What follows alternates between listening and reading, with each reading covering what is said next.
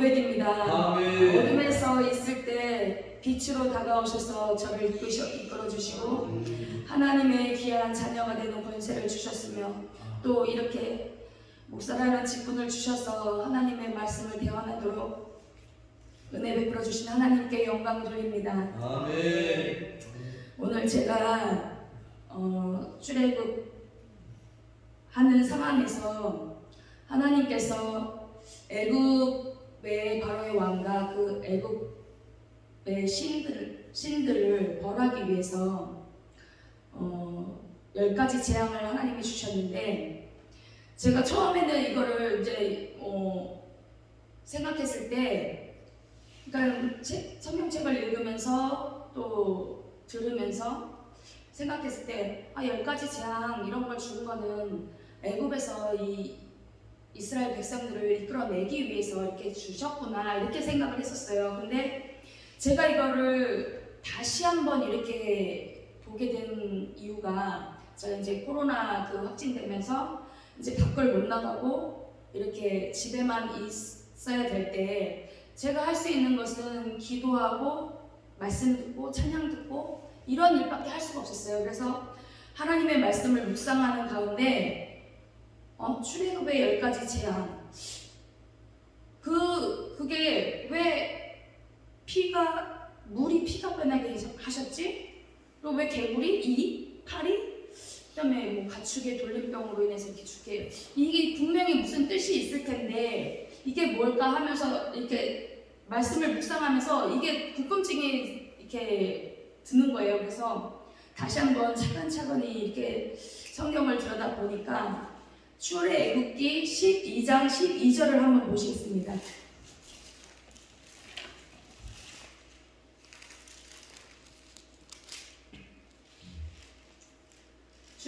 출애굽기 12장 12절 말씀 함께 합독하겠습니다. 내가 그 밤에 애굽 땅에 두고 다니며 사람과 짐승을 물어나고 애굽 나라 가운데 처음 나온 것을 다 치고 애굽의 모든 신에게 벌을 내리리라. 나는 여호와로라. 이렇게 말씀하시고 계시더라고요. 그래서 애굽의 신? 그러면 이 10가지 재앙은 이 애굽의 신과 관련이 있겠구나 해서 제가 찾아봤더니 진짜 이 애굽 사람들이, 바로와 애굽 사람들이 모셨던 신들이 이 형상으로 되어 있더라고요. 이제 첫 번째는 피의 재앙이었잖아요. 출애굽기 7장 17절에서 18절 18절 보겠습니다. 7장 17절에서 18절. 여호와가 이같이 이르노니 내가 이로 인하여 나를 여호와인 줄 알리라 하셨느니라. 볼지어다 내가 내 손에 지팡이로 하수를 치면 그것이 피로 변하고 하수의 고기가 죽고 그 물에서는 악취가 나리니 애굽 사람들이 그 물 마시기를 싫어하리라. 그러니까 하나님이 이 10가지 재앙을 주신 거는 이 애굽 신을 벌하기 위해서예요. 그 첫 번째가 나일강인데 나일강 물이 피로 변하고 악취가 나서 애굽 사람들이 이 물 마시기를 싫어했대요. 나일강에는 신이 있었어요. 나일강에 이 물은 생명의 원천이라고 하잖아요. 물이 없으면 우리가 못 사는데 이 나일강을 다스리는 신이 있었던 거예요. 그 신이 크롬과 하피라고 해서 생명의 원천, 이제 이들이 그 신에게 부여를 한 게 생명의 원천이 되고 풍요의 원천이 되고 생명의 근원이 된다 해서 이 신을, 나일강에 있는 신을 섬겼던 거예요. 그 나일강변에 있는 악어를 또 신처럼 섬겼던 거예요. 그래서 하나님이 이 피의 재앙을 통해서 너희들의 신이 이렇게, 너희들이 섬기고 있는 신은 이런 모습이다. 근데 이거는 진짜 신이 아니다라는 걸 보여주는 거예요. 그리고 두 번째, 개구리의 재앙이 있었잖아요. 출애굽기 8장 3절을 보시겠습니다. 출애굽기 8장 3절. 개구리가 하수에서 무수히 생기고 올라와서 내 궁예와 내 침실에와 내 침상 위에와 내 신하의 집에와 내 백성에게와 내 화덕에와 내 떡반죽 그릇에 들어갈지며. 이렇게 하나님이 개구리의 재앙을 내려주셨어요. 그래서 이 개구리는 뭐냐면 다산을 상징하는 신이에요. 그러니까는 그 크름과 하피가 신랑이라 그러면 이 개구리는 여신으로 이렇게 섬겼던 거예요. 그러니까는 자손을 번창하게 하고 이 재앙으로부터 이 아이들이 일찍 죽고 이런 거를 막아주는 신이라고 해서 섬겼던 거예요. 그래서 하나님은 이 개구리가 너의 신이 될 수 없다라는 거를 하나님이 그 신들을 벌하기 위해서 이렇게 재앙을 보여주셨다는 것을 볼 수 있습니다. 그 다음에 세 번째는 이의 재앙인데요. 출애굽기 8장 17절. 이거 이렇게 다 한 이유는 나중에 제가 설명드릴게요. 다 이제 이렇게 재앙 10가지 재앙이 어떤 재앙이었고 어떤 신들이를 내포하는 거라는 걸 알려드리고 나서 말씀드리겠습니다. 출애굽기 8장 17절에 보시면 그들이 그대로 행할세 아론이 지팡이를 잡고 손에 들어 땅에 티끌을 치매 애굽 온 땅의 티끌이 다 이가 되어 사람과 생축에게 오르니. 이렇게 되어 있습니다. 사람하고 생축에게 막 올라서 이가 이제 이 애굽의 이 술객들은 3일에 한 번씩 머리를 막 밀고 목욕도 하고 막 이랬어요. 근데 그 더러움은 이거는 육신적인 이 더러움인데 이 영적으로 더러워진 것은 씻지 못했어요. 이런 거를 하나님이 알게 하시는 거예요. 그래서 이제 이 이는 주술의 신이라고 해서 땅을 지배하고 그 다음에 사막을 지배하는 신이라고 해서 섬겼어요. 애국 사람들이. 그래서 이 신을 벌하기 위해서 하나님이 이 재앙을 주신 것입니다. 네 번째는 파리의 재앙 8장 24절을 보시겠습니다. 제가 읽어드리겠습니다. 여호와께서 그와 같이 하시니 무수한 파리떼가 바로의 궁예와 그 신하의 지배와 애국 전국에 이르니 파리떼로 인하여 땅이 해를 받더라. 이렇게 기록되어 있거든요. 파리로 인해서 황폐해지고 근데 이제 하나님이 이 애국 사람들의 집에는 이 파리떼가 있었지만 이 이스라엘 백성이 지냈던 고센 땅에는 이 파리가 전혀 없었다고 했어요. 그래갖고 이 바로가 이 이스라엘 백성에도 이런 재앙이 있는지 한번 가서 가서 봐라 했는데 이스라엘 백성의 진영에는 가축들이 다 사람하고 가축들이 다 그대로 있는 거예요. 그러니까는 이 애굽 사람들이 하나님을 이제 이 술객들이 하나님을 인정하게 된 거예요. 자기들이 할 수 있는 일이 아니거든요. 이거는 하나님의 능력으로 이렇게 된 거다. 인정을 하는 모습을 볼 수 있습니다. 나중에 집에 가셔서 이 10가지 재앙에 대해서 자세히 이렇게 읽어보시면 다시 또 알 수 있을 거예요. 근데 이는 파리 재앙이죠. 이제 이 파리는 질병을 치료하는 신이라고 해서 카페라, 이제 이 이방 신이거든요. 이제 애굽이 섬겼던 그 파리의 형상을 하고 있는 신을 섬긴 거예요. 그래서 하나님이 파리를 보내서 너희들이 섬겼던 이 신이 너희를 괴롭게 한다. 그런데 또 너희는 이런 신을 섬기겠느냐라고 하면 그 신을 벌 주기 위해서 하나님이 파리를 보내서 그들을 알게 하신 거예요. 그 다음에 5번째는 돌림병입니다. 9장 3절을 보시겠습니다. 여호와의 손이 들에 있는 내 생축 곧 말과 나귀와 약대와 우양에게 더하니 심한 악질이 있을 것이며. 이거 심한 악질은 이게 돌림병이라고도 하거든요. 그래서 가축들이 이 돌림병에 의해서 죽어나가는 거예요. 그러니까 뭐냐면 애굽에서는 수소와 그 다음에 암소를 신으로 여겼어요. 이건 소의 형상으로 이렇게 해갖고 그것들을 신으로 섬겼던 거예요. 그래서 너희들이 섬기는 소, 그게 너희들이 신이 될 수 없다라는 걸 하나님이 또 내포해 주시고 계신 거고요. 그 다음에 6번째는 악성 종기가 일어났습니다. 출애굽기 9장 9절을 보시겠습니다. 그 제가 애굽 온 땅에 티끌이 되어 애굽 온 땅의 사람과 짐승에게 붙어서 독종을 발하리라 이렇게 하거든요. 이 악성 종기는 다시 말하면은 이 문둥병과 같은 거예요. 문둥병과 같은 거기 때문에 이 옛날에 우리 조상들도 이 문둥병은 하늘에서 내린 이 병이다 이렇게 우리 조상들도 그렇게 믿었었잖아요. 근데 이제 이 티끌이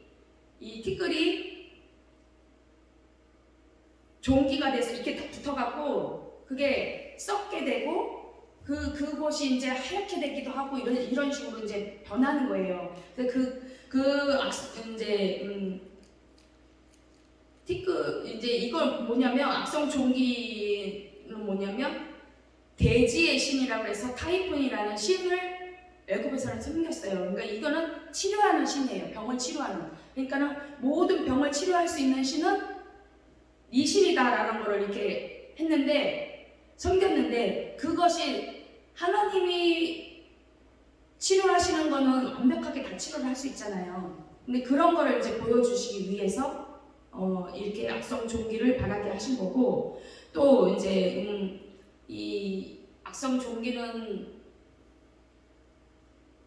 겉으로 이렇게 나타나고 속에서 이렇게 굶어서 안이 밖으로 나온 거잖아요. 그러니까 겉과 속이 이렇게 틀린 모습들을 그거를 내포하고 있거든요.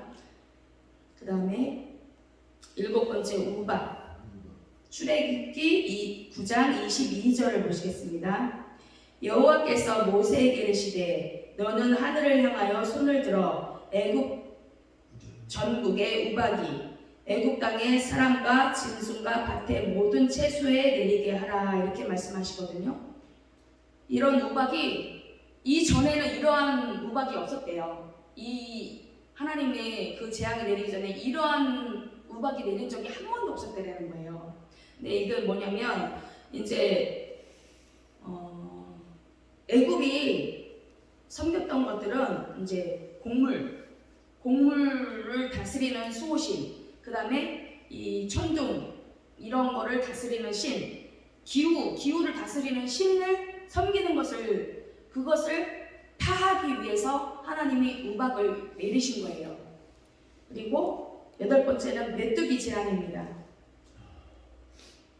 출애굽기 10장 12절. 여호와께서 모세에게 이르시되 내 손을 애굽 땅 위에 들어 메뚜기로 애굽 땅에 올라와서 우박에 상하지 아니한 밭의 모든 채소를 먹게 하라. 이거는 완전 하나님이 완전히 디엔드 끝을 내겠다는 거예요.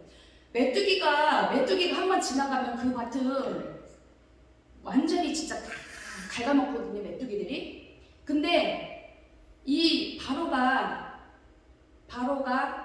이게 내가 이렇게 백성을 보낼 테니까 이 메뚜기를 없애달라 이렇게 해서 이제 없애줬잖아요. 그 남은 것들이 있을 거 아니에요, 채소들도 밭에. 근데 이 메뚜기를 통해서 이 모든 곡식을 이제 다 먹게 한 거예요. 그러니까는 그 곡식이 다 없어지면 이 사람들이 먹을 것이 없잖아요. 그러니까는 이 메뚜기의 형상으로 된 신을 섬겼는데 그거는 이제 곡식을 지켜주는 신이라고 해서 세라피스.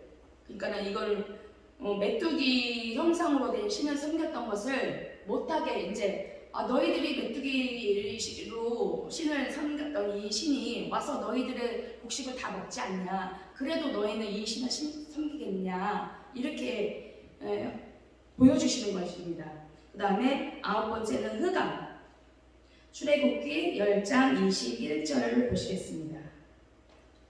여호와께서 모세에게 이르시되 하늘을 향하여 내 손을 들어서 애굽 땅 위에 흑암이 있게 하라. 곧 더듬을 만한 흑암이리라 이렇게 말씀하시거든요. 그러니까 이 흑암을 보낸 거는 이 사람들이 1월 성신 태양신을 섬겼어요. 태양신 자기네들이 섬기는 태양신이 이 태양도 모든 것을 주관하는 분은 하나님이시잖아요. 근데 이제 흑암을 주는데 이 태양신을 자기네가 암만 섬겨봐도 이 흑암을 걷어줄 신이 없는 거예요. 그러니까 이 세상의 빛도 흑암도 다 지으시고 그것을 만든 사람은 나라는 것을 하나님이 나타내기 위해서 이렇게 이 애굽에 흑암을 보내서 그 태양신을 섬겼던 것을 박살내버리는 거예요. 하나님께서. 그 다음에 마지막에 장자 출애굽기 11장 5절을 보시겠습니다. 애국 가운데 처음 난 것은 위에 앉은 바로의 장자로부터 맷돌 위에 있는 요종의 장자까지와 모든 생축에 처음 난 것이 죽을지라 이렇게 말씀하고 계세요. 그러니까 하나님께서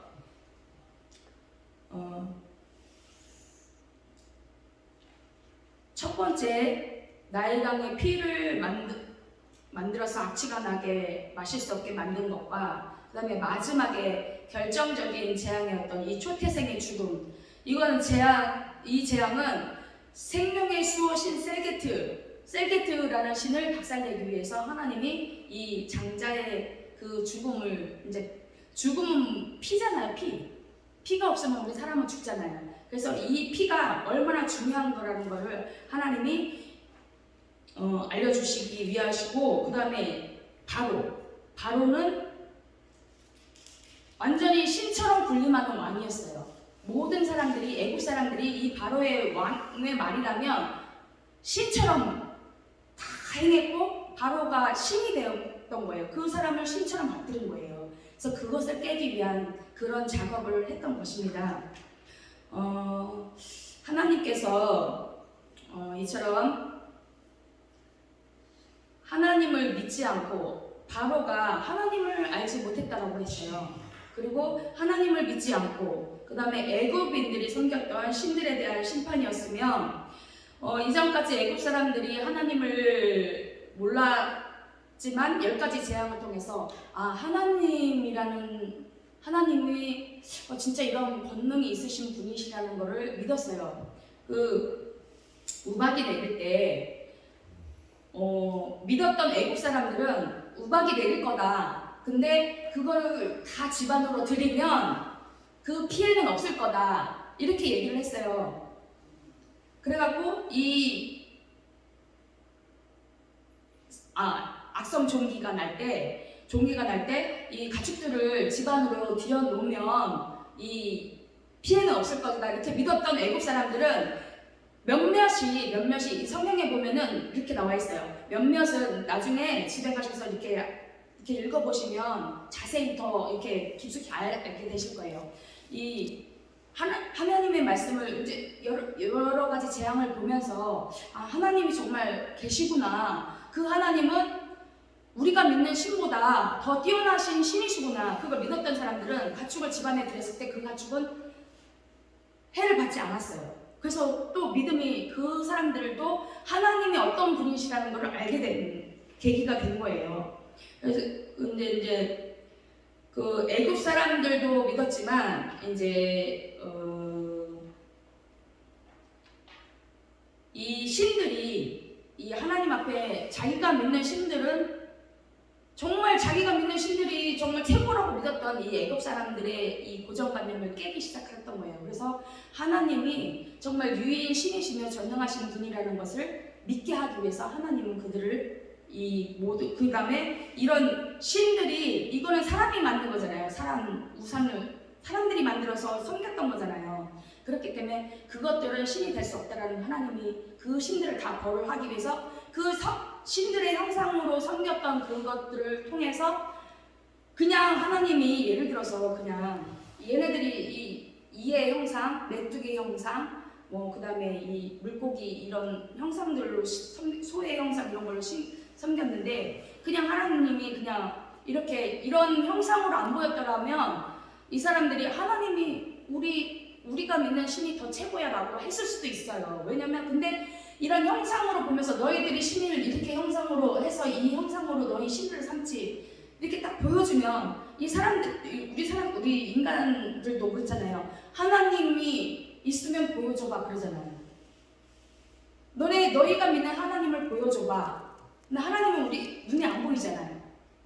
사람들은 보이는 것을 믿는 그런 게 있어요. 그래서 부처도 만들고 해서 부처가 있는 그 절에 가면 사람들이 되게 이렇게 자기를 이렇게 그 신 앞에서 이렇게 가다듬고 정결하게 하는 모습을 볼 수 있어요. 보이는 것에 그렇게 하기 때문에 하나님은 너희들이 섬기는 이 형상으로 이나 메뚜기나 소나 이런 형상으로 섬기는 이 신들, 그래서 그 형상으로 하나님은 심판을 하신 거예요. 그렇게 하신 하나님입니다. 또 여기서 볼 때 이 심판은 애국 사람들만 국한된 것인가 한번 제가 생각해봤어요. 근데 우리 속에도 행여나 하나님을 믿는다라고 하지만 하나님보다 더 앞서간 우상적인 것이 있지 않나. 우리가 예를 들어서 우리가 이 조상때부터 미신 잡신을 되게 많이 섬기고 그 다음에 막 풍습을 되게 많이 따졌잖아요. 알게 모르게 우리 속에 있었던 그 미신 잡신을 숨겼던 그 습관들이 제가 이 코로나를 통해 또 여러 가지 환경을 통해서 이렇게 하나님 앞에 묵상하는 가운데 하나님께서는 제 속에 있었던 미처 제가 생각하지 못했던 예수 믿지 않았을 때 또 예수 믿고 나서 우리가 행했던 모든 그 우상적인 것들을 하나님이 하나하나 끄집어내시더라고요. 그러니까 제가 예수 믿지 않았을 때 반지 좀 치는 거 있잖아요. 이렇게 반지를 11개 갖고 뭐 몇 살에 결혼을 하면은 이게 이렇게 왔다 갔다 하다가 이렇게 돌아가요. 그런 점을 친 거를 기억나게 하시는 거예요. 저는 그거를 예수 믿고도 그걸 회개해 본 적이 없었어요. 근데 그런 가운데 하나님이 이거를 묵상하는 가운데 하나님이 이 애국의 신들을 깨트리는 그 가운데 제가 하나님 앞에 회개하지 못했던 부분들 하나님이 하나씩 드러나게 하시는 거예요. 그리고 뭐냐면 문지방에 밟지 마라. 문지방 밟으면 못 자라난다. 이러면서 미신을 숨겼고 그 다음에 이제 우리가 보름날 되면 부스럼 먹고 보름 그 나물 해먹고 파치 끓이고 막 이런 거 했던 거. 근데 예수 믿는 사람들도 이것을 지금도 행하는 사람들이 있어요.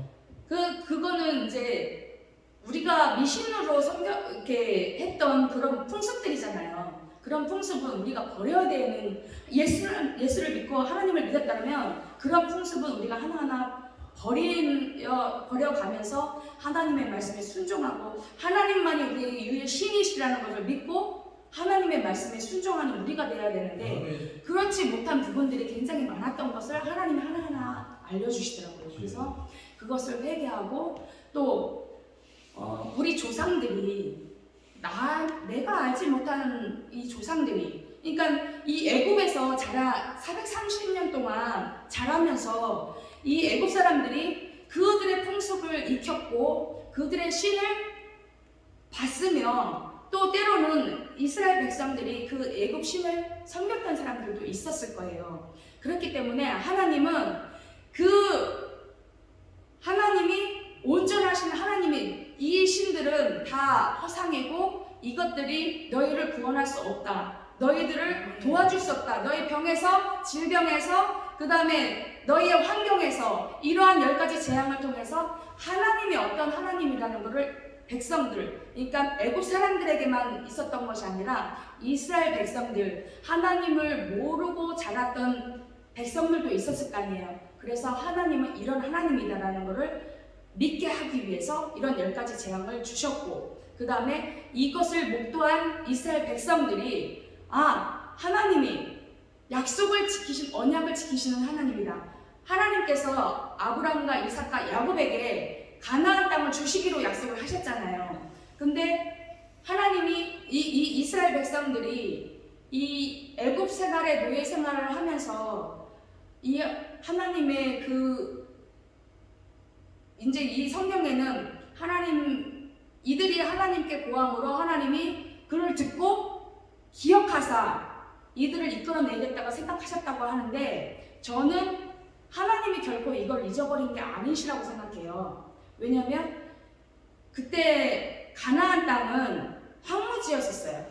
황무한 땅이라고, 아브라함이 이렇게 봤을 때 황무한 땅이라고 했었거든요. 근데 하나님이 그곳을 기경하고 이 일곱 족속을 통해서 그곳을 완전 천국과 같은 그런 환경으로 만들어 놓고 애굽 사람들에서 이스라엘 백성을 빼내서 그곳으로 인도하신 거라고 저는 생각합니다.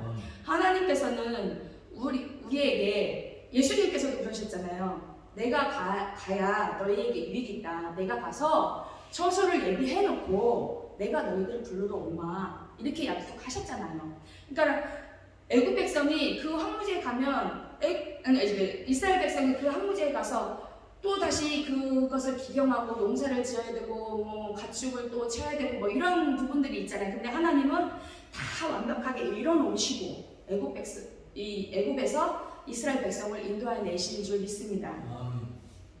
두 번째는 하나님이 참 신이심을 드러내는 목적이 있습니다. 10가지 재앙은 마술도 아니고 자연재해도 아니고 사람이 다 따라할 수 없는 초자연적인 이적이었습니다. 물론 애굽의 술객들이 이 2가지 재앙을 했어요. 하수를 피로 변하게 하는 그런 마술을 했고, 그 다음에 개구리를 나오게 하는 그런 마술을 했지만, 피로 변한 것을 물로 다시 바꿨다라는 말은 없었고요. 개구리가 나오기는 했지만 개구리가 없어지게 하지는 못했다고 했어요. 나와 있지 않아요. 그래서 바로가 이 개구리를 제발 좀 우리 터전에서 좀 없애달라 모세에게 얘기를 했고요. 이제 바로의 마음을 계속 강팍하게 하나님이 하셨어요. 그 완악한 마음을 계속 완악하게 하셨던 이유가 이런 10가지 재앙을 통해서 하나님이 참 신이심을 믿게 하기 위해서, 바로 그냥 이 첫 번째 재앙을 했을 때 다 이스라엘 백성을 내보냈으면 어떻게, 물론 하나님은 이런 재앙이 없이도 이스라엘 백성을 가나안 땅으로 인도하실 수 있으세요. 하지만 하나님께서 아까도 제가 말씀드렸지만 애굽 사람들이 다 봤잖아요. 그 광경을 자기들이 체험했고 여러 사람이 죽어가고 가축이 죽어가고 있는 것을 목도했잖아요. 그리고 자기네 신들이 그 사람들이 그런 재앙이 당했을 때 그들은 자기네 신한테 안 빌었을까요? 저는 자기네 신들한테 이것 좀 제발 좀 없게 해달라고 빌었을 거라고 생각해요. 우리도 그렇잖아요. 우리 어려움이 있으면 우리가 믿는 하나님은 이 모든 문제를 해결하실 분이시기 때문에 그걸 믿고 기도하잖아요. 그러니까 그들도 자기 신들한테 믿고 기도했을 거예요. 근데 그것을 해결해 줄 수 없는 거예요.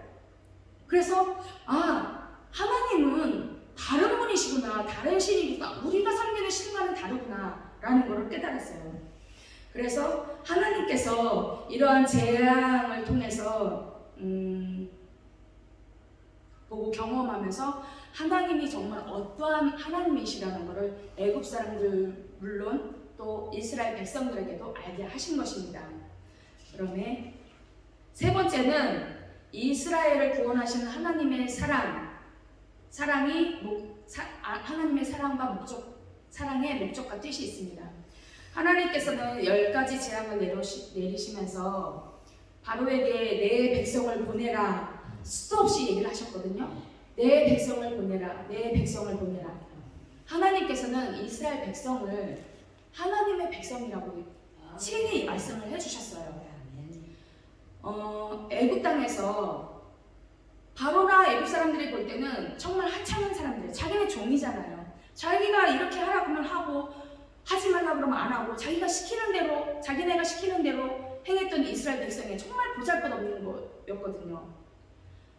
그런 백성을 하나님께서는 내 백성이다. 내 백성이 내가 이들을 이끌어내서 나를 섬기게 할 거야. 그러니까 너는 내 백성을 내보내. 너의 백성이 아니야. 바로 너 네 백성인 줄 아니? 너 백성이 아니야. 나의 백성이야. 하나님은 그 선민의 백성에게 약속하신 그 약속을 지키기 위해서, 하나님의 그 사랑을 지키기 위해서 이렇게 10가지 재앙을 통해서 애굽에서 이스라엘 백성들을 이끌어 내시고 있는 것을 볼 수 있습니다. 그리고 첫 번째 재앙인 피, 그 다음에 아이러니하게도 마지막 재앙도 죽음이었었어요. 죽음은 뭐예요? 피예요. 사망은 우리의 피값을 요구하는 거잖아요. 여기에 하나님의 기쁘신 뜻이 있습니다. 이 첫 번째 재앙과, 첫 번째 재앙은 너희들이 나일강의 그 신이 생명의 원천이라고 섬기는 그 신이 있지. 나는 모든 생명의 원천이 되는 사람은 나야. 너희들이 죽음에서 너희들의 목숨을 건질 수 없듯이 나를 통하지 않으면 너희 목숨을 건질 자가 아무도 없어. 내가 아니면 너희를 구원할 수가 없어. 라는 것을 내포하고 계십니다. 여기서 우리가 또 다시 생각하면 이 출애굽할 때 문설주의 임방에 어린 양의 피를 바르는 집은 이 재앙이 이 장자의 죽음에서 넘어간다고 했어요. 그거는 그 말씀, 하나님의 말씀을 믿고 그것을 실천할 때, 그걸 믿고 어린 양의 피를 바른 그 집들은 다 구원을 받았어요. 장자가 죽지 않았어요. 이것은 뭐냐면 예수님을 예표하고 있는 거예요. 이 어린 양은 구약의 어린 양은 신약에서 예수님을 예표하고 있잖아요. 예수님께서 우리를 위해서 하나님께서는 계획이 있으셨잖아요. 창세 전부터 우리를 택해 아담과 하와를 만드시고 에덴 동산에다가 이렇게 놓고 너희들은 이 모든 만물을 다스리라. 그렇지만 한 가지 내가 너희에게 말할 것이 있는데 이것만은 꼭 지켜다오. 너희들이 모든 것을 다 임의로 먹되 이 선악을 알게 하는 나무는 먹지 마. 이렇게 하나님이 약속해 주셨어요. 근데 뱀의 유혹에 의해서 하와가 따먹고 또 아담에게 주어서 다 같이 먹게 돼서 이 모든 죄를 통해서 하나님을 거역한 이 죄, 그 죄를 통해서 모든 인류가 죽게 됐어요. 그 하나님이 나면 죽고, 자녀들이 나면 죽고, 죄악으로 지옥에 떨어져서 죽고, 이것을 하나님이 너무 괴로우신 거예요. 하나님은 사랑이신데 이렇게 죽어가는 백성들을 볼 수가 없어서 하나님께서 창세전부터 계획하신 것이 예수 그리스도이십니다. 예수 그리스도 그 아들을 이 땅에 보내셔서 우리처럼 이 육신의 몸을 입고서 이 땅에 와서 죄 없으신 분이 와서 우리 죄를 가져가야 되잖아요. 그래서 예수님께서 오셔서 이 땅에 오셔서 정말 우리 죄를 위해서 그 십자가는 죄의 형틀이에요. 우리가 많은 사람들이 십자가를 계속 이렇게 오히려 십자가를 더 중요시하는데 그 십자가는 예수님이 죄의 형틀이기 때문에 예수님보다 십자가가 더 이렇게 앞서면 안 돼요. 십자가는 죄의 형틀이고 예수님이 그 십자가에서 처형당했기 때문에 그 십자가의 일들을 생각하라고 하는 거지 그 십자가가 예수님이 될 수는 없는 거예요. 예수님이 그 십자가에서 물과 피를 다 쏟으셨다는 거는 그 고통은 이루 말할 수 없는 거예요. 제가 이렇게 몇 번의 수술을 걸쳐서 정말 생명의 위협까지 있을 정도로 그 수술을 거치면서 피를 많이 흘려서 제가 이제 수술을 했는데 운동을 하라고 해서 이제 운동을 하고 있는데 간호사가 제가 수술을 했거든요. 수술했을 때 이제 큰 수술을 해서 이제 이렇게 배를 가르고 이제 장기를 꺼내놓고 이렇게 자르고 뭐 이런 수술을 했는데 제가 피를 많이 흘렸었나 봐요.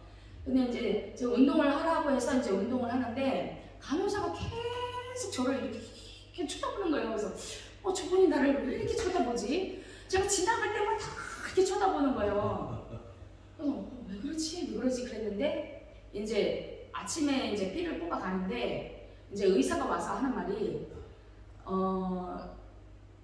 피가 많이 지금 부족해서 제가 이제 수치가 많이 떨어져 있다고 해서 헌혈을 받아야 된다고 하더라고요. 이 수혈을 받아야 된다고 하더라고요. 그러니까 이처럼 피를 많이 흘리면 죽게 되는 거예요. 그래서 제가 그 수혈을 받는데 그 남의 피를 제가 받는데도 굉장히 힘들더라고요. 왜냐면 제가 그 수혈을 4봉지를 받아야 되는데 2봉지밖에 못 받았어요. 그게 왜 그러냐면 이렇게 누우면 이게 피가 안 들어요. 또 앉아서 이게 앉아서 받아야 되나 하루 아침부터 시작해서 저녁 9시까지 2봉지밖에 못 맞은 거예요. 근데 희한한 건 뭔지 아세요?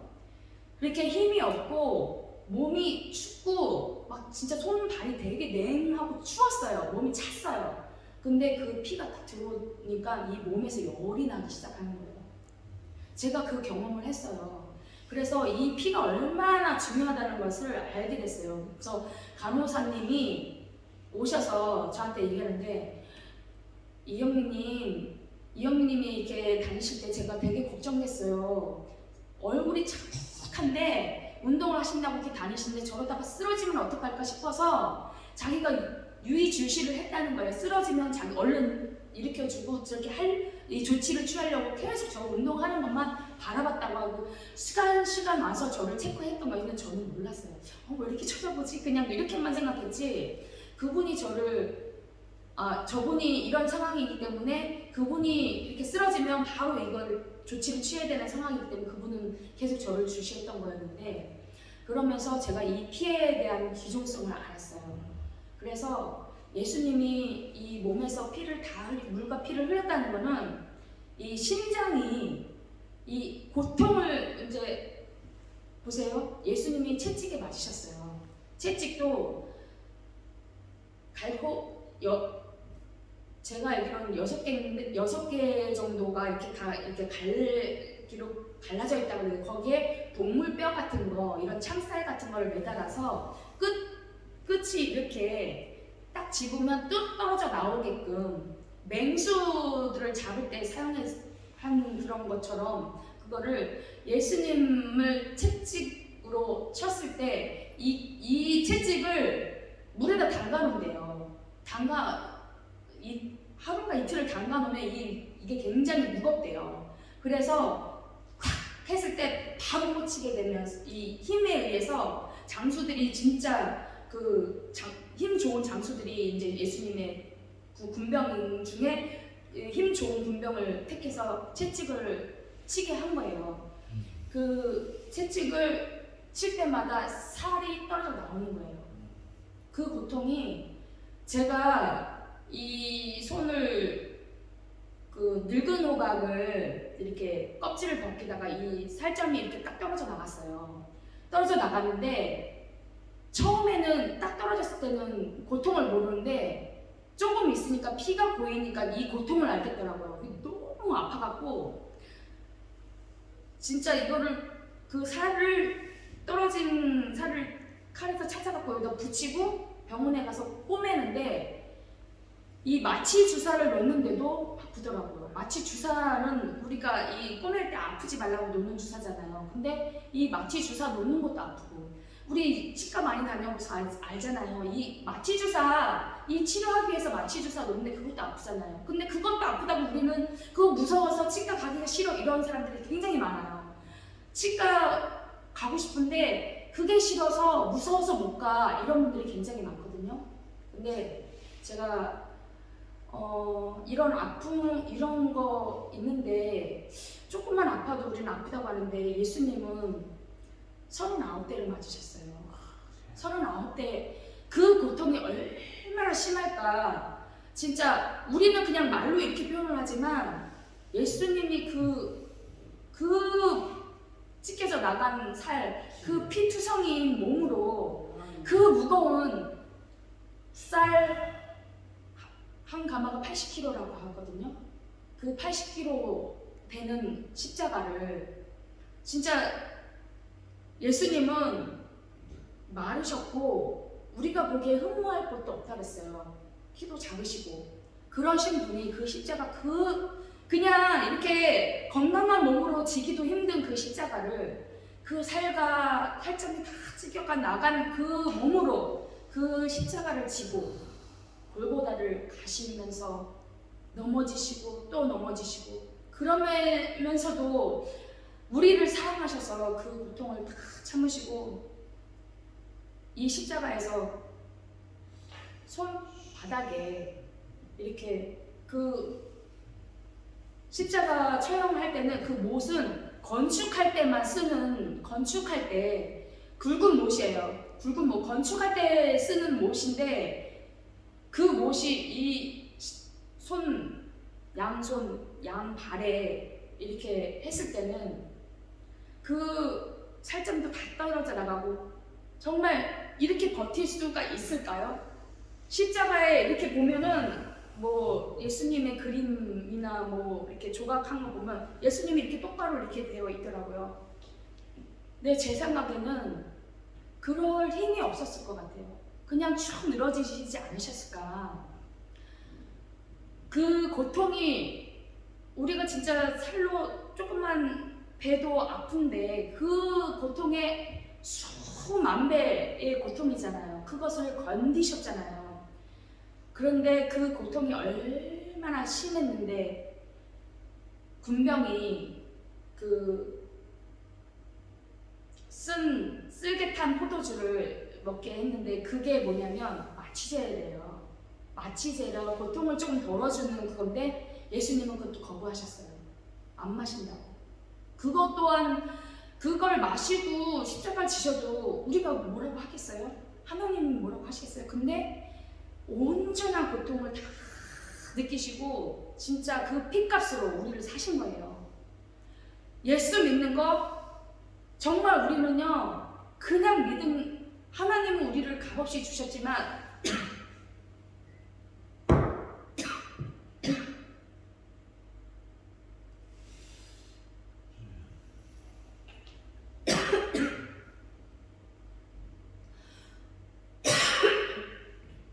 하나님은 우리에게 값없이 주셨지만 그 십자가에서 하나님이 예수님이 죽으시고 우리를 대신해서 못 박혀 죽으신 그 고통을 우리는 그냥 하나님이 그냥 주신 이 구원 받는 거 예수 믿으면 구원 받는다 그냥 그렇게 생각하면 안 될 거라고 생각해요. 정말 예수 믿는 것이 그냥 예수만 믿으면 돼. 그럼 구원 받아. 이게 문제가 아니에요. 그 예수님의 당하신 고난 그런 거를 하나하나 생각할 때 우리가 정말 예수를 어떻게 믿어야 될지 사람들은 환경 율법 아니 세상 그 윤리적인 도덕적인 것으로 우리 사람들이 잘못했다는 것을 판단하고 해요. 근데 하나님은 이 도덕적으로 윤리적으로 이렇게 하는 걸로 죄가 있다고 하지는 않아요. 하나님은 뭐를 죄라고 하시냐면 내가 보낸 아들 너희들의 죄를 위해서 이 땅에 보내셔서 그 모진 고통 그 고통을 다 당하고 너희를 위해서 그 빚값으로 너희를 샀는데 그런 예수님을 믿는 게 하나님의 일이라고 해요. 그리고 예수를 믿지 않는 게 죄라고 해요. 그래서 하나님은 세상을 심판하시잖아요. 믿지 않는 자들을 심판하시잖아요. 그리고 믿는 자들 가운데도 심판이 있다고 하셔요. 그게 뭐냐면 저는 그렇게 생각해요. 예수를 믿지 않는 거. 예수를 정말 내 구주로 믿지 않고 교회에 다니는 거. 성전 뜰만 밟고 다니는 그들을 심판하신다는 거예요. 그렇기 때문에 하나님은 도덕적인 거, 윤리적인 거 유다 며느리 다말이 시아버지잖아요. 시아버지와 그 자손을 잃기 위해서 시아버지와 행하지 못할 짓을 했는데 그게 하나님은 그것을 잘못으로 보지 않아요. 그걸 하나님은 의로 생각하는 거예요. 왜냐하면 이 다말을 이 속에 계속 들여다보면 하나님의 구속사가 들어져 있어요. 유다를 통해서 메시아가 올 거라는 걸 계속 성경에는 예언을 했잖아요. 그렇기 때문에 이 다말은 그것을 믿는 믿음으로 하나님이 간주를 했기 때문에 예수님이 오시는 족보에 그게 끼게 된 거예요. 그리고 우리가 생각하는 하나님 기생나? 이런 거는 좀 적지 말지. 왜 성경 모든 사람들이 보는 건데 하나님은 정말 위대하신 하나님인데 이런 것을 이렇게 적어서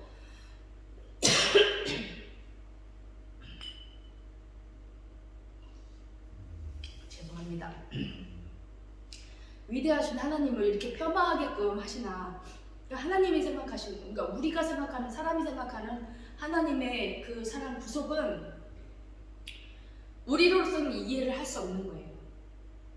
하나님은 이해할 대상이 아니라 믿어야 할 대상입니다. 그러니까 우리의 작은 소견으로 하나님을 이해하려고 하지 마세요. 그냥 하나님을 믿으세요. 믿음도 하나님께서 주시는 성령의 은사라고 해요. 우리는 이 성령의 은사, 이 믿음의 은사를 받아야 돼요. 그래서 하나님이 정말 예수 그리스도 그 한 분뿐인 아들을 이 땅에 보내셔서 그 모진 고통, 우리가 자녀가 아프면 정말 내 뼈를 깎는 아픔이 있잖아요. 자녀가 아프면 내가 대신 아프고 싶고, 저 자녀가 이제 목술병에 걸려서 죽는다 그러면 내가 대신해서 죽을 수도 있잖아요. 내가 만약에 대신 죽어서 저 아들을 살릴 수가 있다면 내가 대신 죽고 아들을 살려주세요 이렇게 할 수도 있잖아요.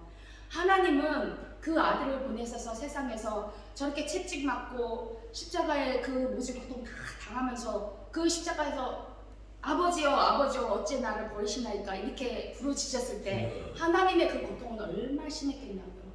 그걸 생각할 때 우리는 그냥 덜렁덜렁 예수를 믿는 그런 믿음이 되지 말아야 될 거라고 생각합니다. 아멘.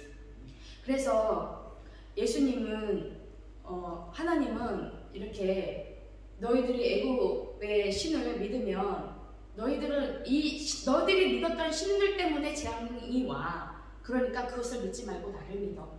나를 믿으면 내가 생명의 근원이고 이 모든 것을 환경을 바꿀 수 있는 신도 나야. 내가 유일신이야, 참신이야. 이러면서 하나님을 인식시켰습니다. 하나님은 이렇게 우리 예수 믿는 사람이 비록 하찮을지라도 하나님은 그 언약을 이뤄가시는 하나님인 줄 믿습니다. 아멘. 출애굽기 7장 16절에 보면 제가 읽어드리겠습니다. 그에게 이르기를 히브리 사람의 하나님 여호와께서 나를 왕에게 보내어 이르시되 내 백성을 보내라 그들이 광야에서 나를 섬길 것이니라 하였으나 이제까지 내가 듣지 아니하도다. 이렇게 이제 뭐냐면 이제 하나님이 히브리 사람은 내 백성이다라는 걸 하나님이 인식을 시켜주셨고 그 다음에 그들을 내가 이끌어내서 나를 섬기게 할 것이다. 그건 뭐냐면 예수님이 너희의 죄를 사하시는 분이셔. 그러니까 하나님, 구약에는 하나님 나를 믿으면 너희들이 멸망받지 않고 영생에 이르는 그 길이 될 거야 라고 말씀하시고 계신 거예요. 그러니까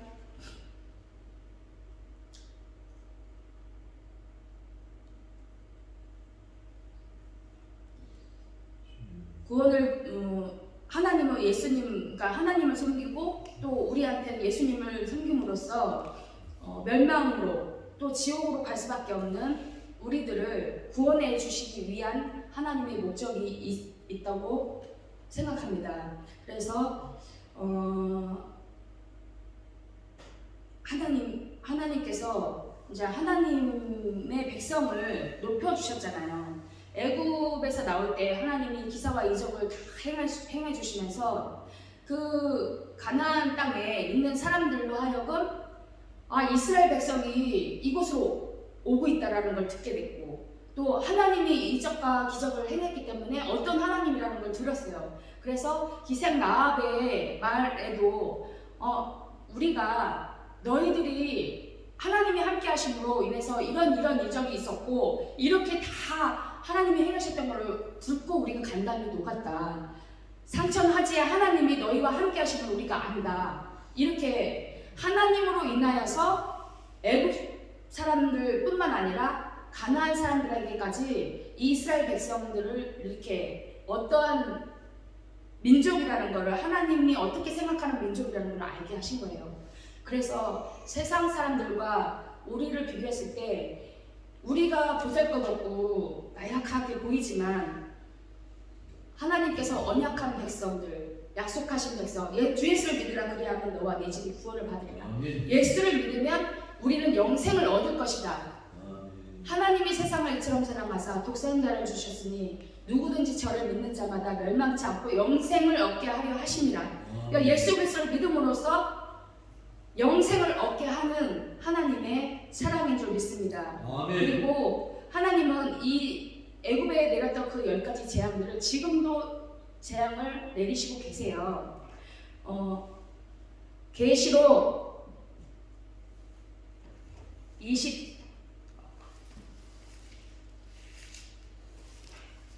20장 7절에서 10절까지 읽겠습니다. 계시록 20장 7절에서 10절까지 읽겠습니다. 천년이 참에 사단이 그 옥에서 놓여 나와서 땅의 사방 백성 곧 곡과 마곡을 미혹하고 모아 싸움을 붙이리니 그 수가 바다 모래 같으리라. 저희가 지면에 널리 퍼져 성도들의 정과 사랑하시는 성을 두름에 하늘에서 불이 내려와 저희를 소멸하고 또 저희를 미혹하는 마귀가 불과 유황못에 던지우니 거기는 그 짐승과 거짓 선지자도 있어 세세토록 밤낮 괴로움을 받으리라. 이거는 하나님께서 사단을 완전히 멸하실 것을 약속하신 거예요. 그렇기 때문에 마지막까지 우리는 하나님께서는 그 모든 사단의 일을 멸하셨고 예수 그리스도께서 마귀에게서 죽음에서 이기시고 부활 승리하셨습니다. 그런 예수님을 우리가 끝까지 믿고 또 마지막까지 우리의 믿음의 경주를 해야 한다고 생각합니다. 그러니까 어떠한 재앙이 닥칠지라도 하나님을 믿고 예수님을 믿는다라면, 내 구주로 믿는다라면 우리는 이 재앙에서는 반드시 건짐을 받을 것입니다. 하나님 분명히 말씀하시거든요. 성령으로 인친 자마다 모든 것을 해야 돼, 인친 자는 해야지 말라고 했어요. 우리가 예수님을 정말 내 구주로 굳게 믿고 내 심령에 믿어서 정말 입으로 시인하고 그것을 하나님이 의로 여기게끔 하나님이 우리를 구원해 주시는 그 구원에 다 반열에 다 서시는 저와 여러분이 되시기를 예수님 이름으로 축복합니다. 아멘.